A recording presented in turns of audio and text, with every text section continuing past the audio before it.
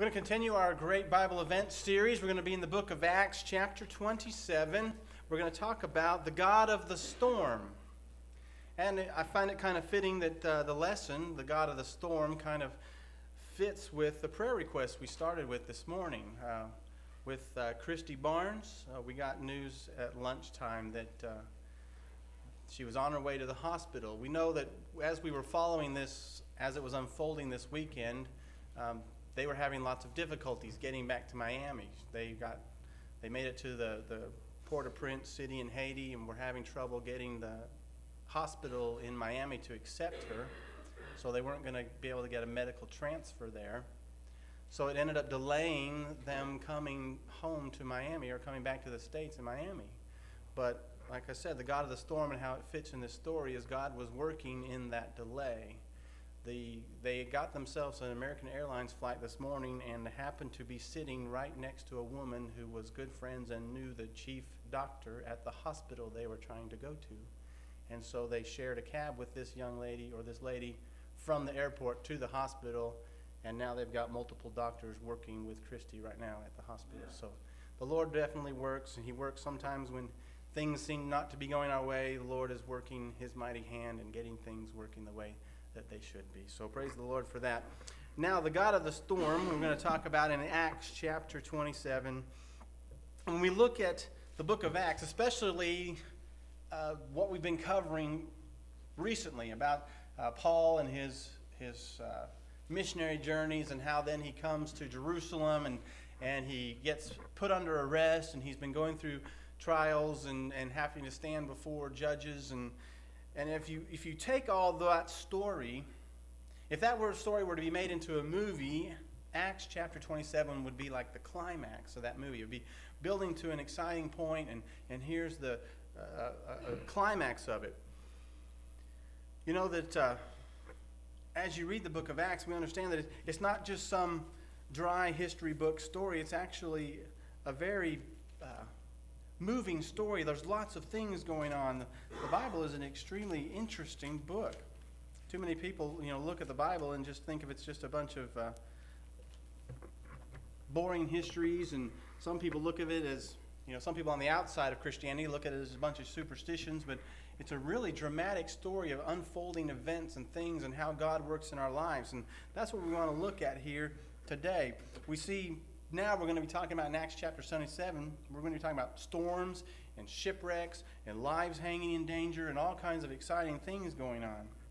One of the reasons I like this chapter, it's not just about how God dealt with a bunch of guys on a ship 2,000 years ago, but this chapter is about how God deals with us today as well. So we can learn some good things about what God does for us in the storm. Like these men that we're going to read about in this chapter, every single one of us has probably been on stormy seas. And if you haven't sailed a stormy sea yet in your life, you will, at some point in your life, sail the stormy seas. And like these men, our boats get tossed around, we get thrown around in our boats, and sometimes we get plunged into the eye of the storm. And like I said, if that hasn't happened to you yet, just wait. Someday you will find yourself in the eye of a storm. It could come in many different fashions. There might be a family disaster. You might be dealing with death or disease or divorce or maybe a financial storm. Maybe you lose your job and you go down heavily into debt. Maybe your tempest comes in the form of depression, and those gale force winds can rip down your sails and leave you dead in the water. Leave you feeling overwhelmed and underpowered. Well, I don't know what life's going to throw at you. Only God knows what's in store for you, but I do know this. Storms do come in life. And chapter 27 is, the lesson there is not primarily that God had delivered 276 men out of the Adriatic Sea, but the lesson is for you and me that God delivers us out of the storms of life. So we begin here in chapter 27 in calmer waters. Let me start reading in verse number 1 of Acts chapter 27. And when it was determined that we should sail into Italy, they delivered Paul and certain other prisoners unto one named Julius, a centurion of Augustus' band. And entering into a ship of Adramyttium, we launched, meaning to sail by the coast of Asia, one Aristarchus, a Macedonian of Thessalonica, being with us. And the next day we touched at Sidon, and Julius courteously entreated Paul, and gave him liberty to go unto his friends to refresh himself.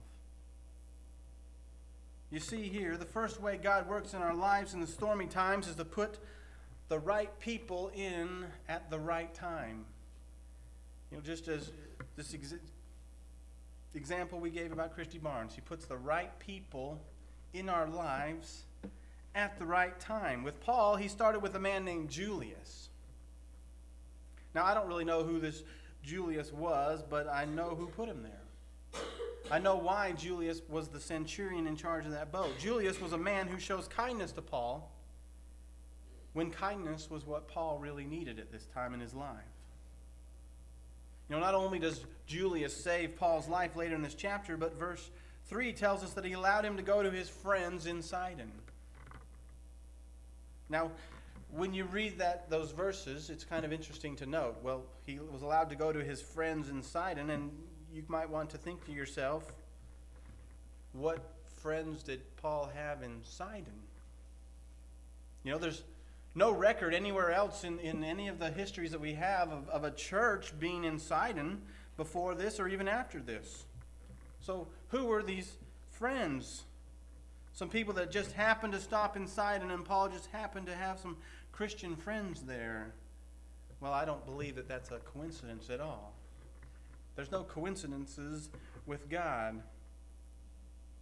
God works things out in our favor all the time.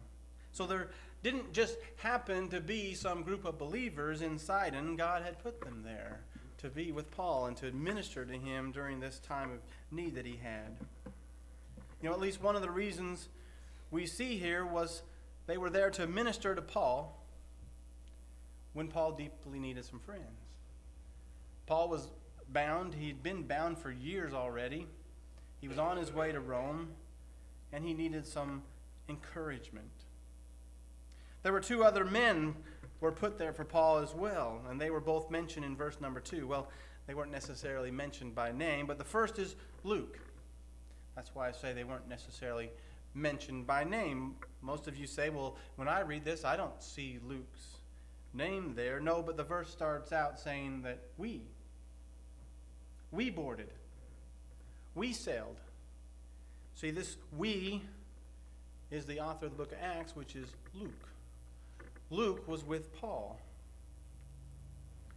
Luke had been with Paul as a trusted friend for years now, and God also put Luke on this boat so that he would be with Paul when Paul needed him most. And the last person that God put in Paul's life, at least in this point of his life, was a man named Aristarchus.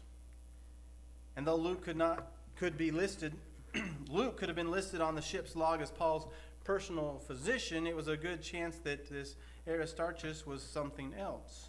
Some scholars believe that in order for him to travel with Paul on this journey, he would have had to have become Paul's personal slave. You see, God put people in Paul's life when Paul needed them. That's how God works. God puts people in our lives when we need them. So even though I've told you storms will come, if you haven't faced them yet, storms will come. Take heart during those storms and look around. Look around you and see who God has put in your life during those storms, because God will place people in your life to help you through it. And why does he do that? He puts them there because he loves you. He puts them there because he wants you to know that he takes care of you. He knows that you can't make these things on your own. He knows that we cannot weather these storms alone and that we need someone there beside us. So God sends someone. We need to realize that we need each other. We need to lift each other up. And in so doing, we fulfill God's promise to not be left alone. God will not leave us alone. God will not abandon us. Now, the storms of life were never meant to be weathered alone. And we are foolish if we try to weather our storms alone. God's going to put people in our lives at the right time, at the right place, and they're going to be with us through that storm. And they're going to help us to see God's love and His providence in those storms. And next we see another way that God deals with the storms. Sometimes God tries to warn us away from them. Look at verse number 7. And when we had sailed slowly many days, and scarce were come over against Cnidus, the wind not suffering us, we sailed under Crete over against Salome. And hardly passing it, came unto a place which is called the Fair Havens, nigh whereunto was the city of Lasea. Now when much time was spent, and when sailing was now dangerous, because the fast was now already past, Paul admonished them, and said unto them, Sirs, I perceive that this voyage will be with hurt and much damage, not only of the lading and ship, but also of our lives. You see, sometimes we're headed for a storm and we can't see it. Sometimes we're headed in the wrong direction. And in this case, God put Paul in their lives to warn them that trouble was coming if they didn't turn back. You know, the writer of Proverbs says this. He says in Proverbs 12, number 15, The way of a fool is right in his own eyes, but he that hearkeneth unto counsel is wise. See, God puts warners in our path. The Bible term for this is admonishers. God puts them in our life. And when God does that, the best thing that we can do is to listen to them. You know, most of the time, we as humans, we get set on our own course. We are set on our course of action, and the last thing we want to do is to listen to someone else that tells us we're on the wrong path. But when that happens, when you find yourself in a situation when someone's trying to give you some godly advice, remember what the proverb said, the way of a fool is right in his own eyes, but he that hearkeneth unto counsel is wise. You know, for the younger generation, sometimes the last people that you want to listen to is your parents. But God put parents in your life for a reason. He put them there. He put them there as warners for you. You know, how do you think that they know that if you hang out with the wrong people that you're going to get into trouble? How do you think your parents know that? It's not some great parental wisdom that every parent just gains all of a sudden when they have a child. No, your parents have been there. They've done that. They know from experience what happens, so they can warn you and help you and guide you. Well, this crew in this ship, though, they decided not to listen to Paul's advice. Let's look at verse number 11. Nevertheless, the centurion believed the master and the owner of the ship more than those things which were spoken by Paul. And because the haven was not commodious to winter in, the more part advised to depart thence also, if by any means they might attain to Phoenix, and there to winter, which is an haven of Crete, and lieth toward the southwest and northwest. And when the south wind blew softly, supposing that they had obtained their purpose, loosing thence, they sailed close by Crete. See, we had two mistakes here that the centurion had made. First, in verse 11, he followed the advice of the experts rather than God's spokesman. How many times has earthly wisdom steered us away from godly advice? The earthly experts sometimes think they know better than God.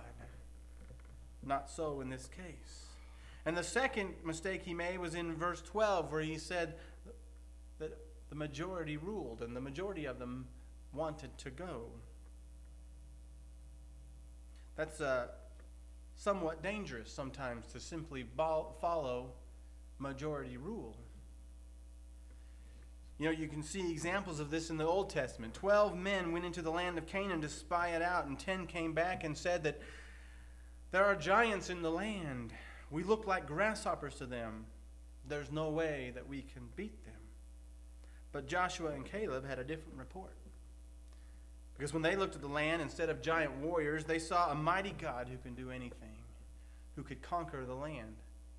But we have 10 against 2. And you can look back over the history of the Israelites, and you can see at all the disasters that took place because majority ruled. You know, over and over again in the history of Israel, we find prophet after prophet being ostracized, being alone, being hated by the very people he was sent to speak to. And why is that? Because the majority wasn't willing to listen to God's message, and the majority was ruling. Now let's get back to the ship, because I think I see some clouds on the horizon. They set sail, but not everything was going their way. Look in verse number 14 where it says, "But not long after, there arose against it a tempestuous wind called Euroclydon." Some translations of the Bible call that a nor'easter. You know, we know what a nor'easter is around here. When a nor'easter kind of blows in, it's not a good thing. "And when the ship was caught and could not bear up into the wind, we let her drive." They basically let it steer itself. Now look down in verse 18 where it says, "And we, being exceedingly tossed with a tempest, the next day they lightened the ship. And the third day we cast out with our own hands the tackling of the ship." You see, sometimes God uses storms in our lives. Sometimes that storm is one of God's best tools. And though I don't believe that, God causes every storm, I do know that God uses every storm. And one of the ways he uses them is to help us to clear our decks. When the storms hit and your life is thrown upside down, that's when we start thinking about what's really important to us. We start to analyze our life and see if there's some extra things that we can get rid of. Sometimes we simply just need to clear the decks. Sometimes our decks get cluttered with lots of extra things in life that really don't matter. Gets cluttered with unimportant things. Gets cluttered with useless things. Gets cluttered with things that really didn't belong there in the first place. And sometimes God uses those storms in life to help us clear our decks. Sometimes we need to turn the situation over to God. Just like with salvation. We need to stop trying to fix things ourselves and turn it over to God. Look at verse number 20. It says, "And when neither sun nor stars in many days appeared, and no small tempest lay on us, all hope that we should be saved was then taken away." I think that's one of the saddest verses in the Bible. Sad to see people give up all hope. A poet once wrote, "Hope springs eternal," but I think that in the human nature that is wrong. Sometimes in human nature, when things seem the darkest, when things seem their worst, we give up. And here we have in this verse a group of men that gave up. But that's what I love about the Bible. When men are at their weakest, when men are at their end, God shows up. And in this story, this is when God sent the angel. God has amazing timing, does he not? He could have sent this angel to them at any time. He could have sent it a week before. He could have had told Paul before he ever stepped on this boat. He said, "Hey, you're going to have a shipwreck, but it's going to be all right." But he didn't send it a week before. He didn't give Paul an exact warning of what was coming before him. He waited. And he waited until they gave up all hope of saving themselves. And then he shows up. You see, these men had done everything that they could do. They trimmed the sails, they dumped the cargo, they cleared their decks, they did everything that was humanly possible. And it wasn't until they exhausted all their own ingenuity, had exhausted all their own resources, had exhausted all their own strength, that God said, all right, now I'm going to step in and I'm going to save you. What a beautiful picture of salvation. When we struggle and strive to do all that we can, and finally we have to realize, I can't do it, Lord. And that's when the Lord steps in and says, okay, I've already done it. I want you to look at verse number 23, where it says, For there stood by me this night the angel of God, whose I am, and whom I serve, saying, Fear not, Paul, thou must be brought before Caesar, and lo, God hath given thee all them that sail with thee. You see, Paul had been promised that he was going to go to Rome, and he was going to witness in Rome before Caesar. So he had a job to do. So Paul wasn't going to perish. But not only that, God had promised him, all the men that are with you, Paul, I'm going to deliver them too. Did you know that God won't save you from the storms in your life until you give up doing it yourself? You kind of have to move on and let God do it. You know, one of my favorite Bible stories took place in a valley. We talk about the peaks and valleys of our lives. One of my favorite stories took place in the valley. You see, camped in the valley were 135,000 Midianite soldiers. And camped at the well of Herod were 32,000 of Gideon's finest soldiers. And Gideon, showing either complete foolishness or utter faith in God, he decided he was going to attack these 135,000 men with 32,000 men, even though they were outnumbered 4-1. They got up early in the morning, and while it was still dark, they start out, 32,000 men, about to fight a battle that they had no hope of winning. Put yourself in the shoes of these 32,000 men. Do you think that you would be scared? You can bet and believe that these men were scared. Because they weren't idiots. They knew how to count. They could look down in the valley and they could tell that there were more men down there than they had with themselves. They knew that the Midianites had better weapons than them, superior numbers, and they knew the terrain better. But to the credit of these 32,000 men, they marched out of the camp that morning anyways, ready to die. But before they could even leave the camp, God spoke to Gideon. And if you remember this story, you can remember what he said. I love the way he said it. Can you imagine Gideon's face when God spoke to him? And he said, Gideon, you're making a mistake. You have too many men.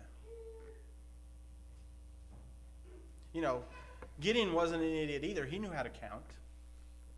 He knew that there was 135,000 versus 32,000. And you can imagine he was wondering what in the world God was talking about, but he didn't argue with him. He simply listened to what God had to say. So God went on and he said, I want you to announce to the people that if anyone trembles for fear, they can turn back. And so out of those 32,000 men, 22,000 of them turned around and went back home. So now we have 10,000 men to fight 135,000 men. So if you think that 4-1 odds were pretty bad, how about 13-1 odds? That's even worse. And again, I'm sure Gideon was wondering why God was doing this and why God had asked him to do this, but he didn't back down and he had faith. So he goes to the Lord and he says, all right, Lord, we've got 10,000 men. Is that better now? And God says, no, you still got too many men. He says, this time go down to the water, get a drink, and every man that puts his head down to drink instead of using his hand to keep his eye open for the enemy, you send them on home too.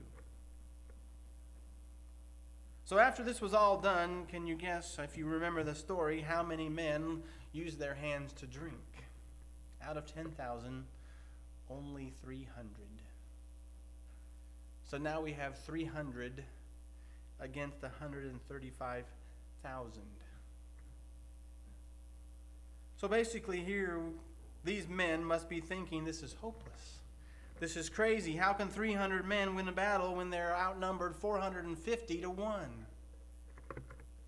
450 to 1. Now what's the simple answer to that question? 300 men cannot win a battle against 135,000. It just can't be done. But God can. God can do it. And God does something even stranger in this story, which is, it just gets more and more interesting. As these men are sitting around the camp and they're sharpening their swords, they're getting them razor sharp because they know, each man knows, hey, I've got to kill 450 men with this sword for us to win this battle. But Gideon walks into the camp and he says, guess what, guys? Put down your swords. Says, you're not going to need those. And he hands them 3 things. He gives each man a trumpet, an empty clay jar, and a lantern. 300 men with a trumpet, a clay jar, and a lantern. And they're supposed to go down and win a battle against 135,000 men in armor, with spears and swords and helmets and shields. Can you imagine how these men must have thought and said, Gideon, I don't mean to question your authority here, but what are we supposed to do with a trumpet, a jar, and a torch? We're supposed to scare them to death? And then Gideon says, exactly. We're going to scare them to death. In fact, that's what God says. You're going to scare them to death. And he says, here's the plan. In the middle of the night, we're going to march into their camp. We're going to blow our trumpets. That's the plan. We're going to blow our trumpets. And when we do that, you're going to take out your lantern. You're going to raise it high. You're going to throw down your jar. And you're going to yell as loud as you can, the sword of the Lord and of Gideon. Can you imagine these guys being really excited about this plan? Can you imagine taking some of our best trained Navy SEALs or Army Rangers and telling them, put down your guns. Here, I want you to take a clay jar and a lantern and a trumpet. You think they'd be excited about that plan? Probably not, but they were brave and loyal men, and they believed God, and they believed Gideon was a messenger of God. So probably somewhat trembling, they clutched their trumpets in one hand, their jars in the other, and they went down. They topped the hill, and there was spread out before them the vast armies of the Midianites. You can imagine 135,000 people camped in the valley. Would have been bigger than the city of Stephenville before them. Everywhere they looked, they would have seen tents and horses and chariots and fires twinkling in the darkness. But down off that hill walked Gideon, and behind him were 300 brave men. And Gideon gave the order, and at that sound 300 trumpets filled the air, and 300 pots smashed on the ground, and 300 torches lit up the perimeter of the camp. And 300 voices shouted, the sword of the Lord and of Gideon.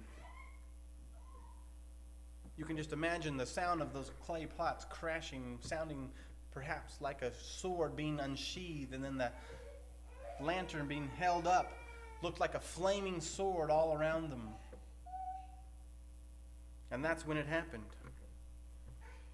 That's when the Midianites burst from their tents and ran for their weapons, and so terrified of the battle to come, they just simply started killing one another.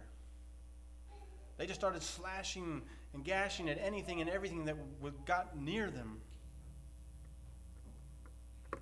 It was impossible. In human strategy, this was impossible. But there they were, toe to toe, hacking each other to pieces.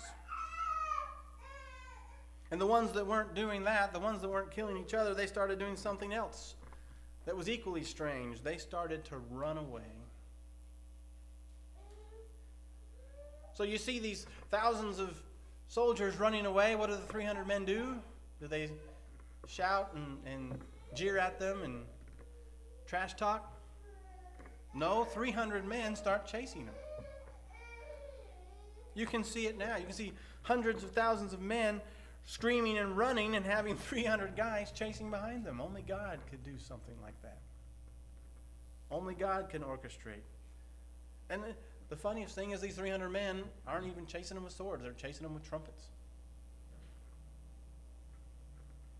And do you know why God lets us get into impossible situations?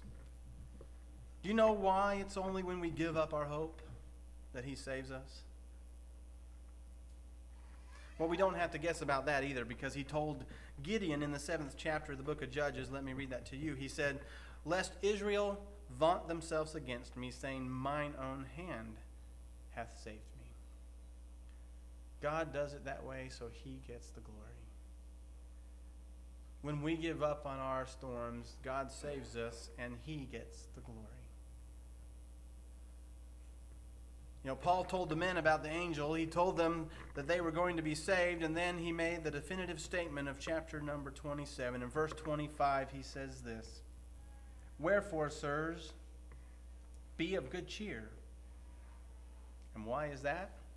"For I believe God, that it shall be even as it was told me." I believe God.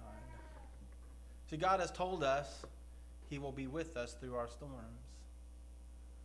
Can we say like Paul, I believe God? I hope that you're ready for the storm when it comes. You notice I didn't say if it comes, but when it comes. Because every single one of us will go through storms in our life.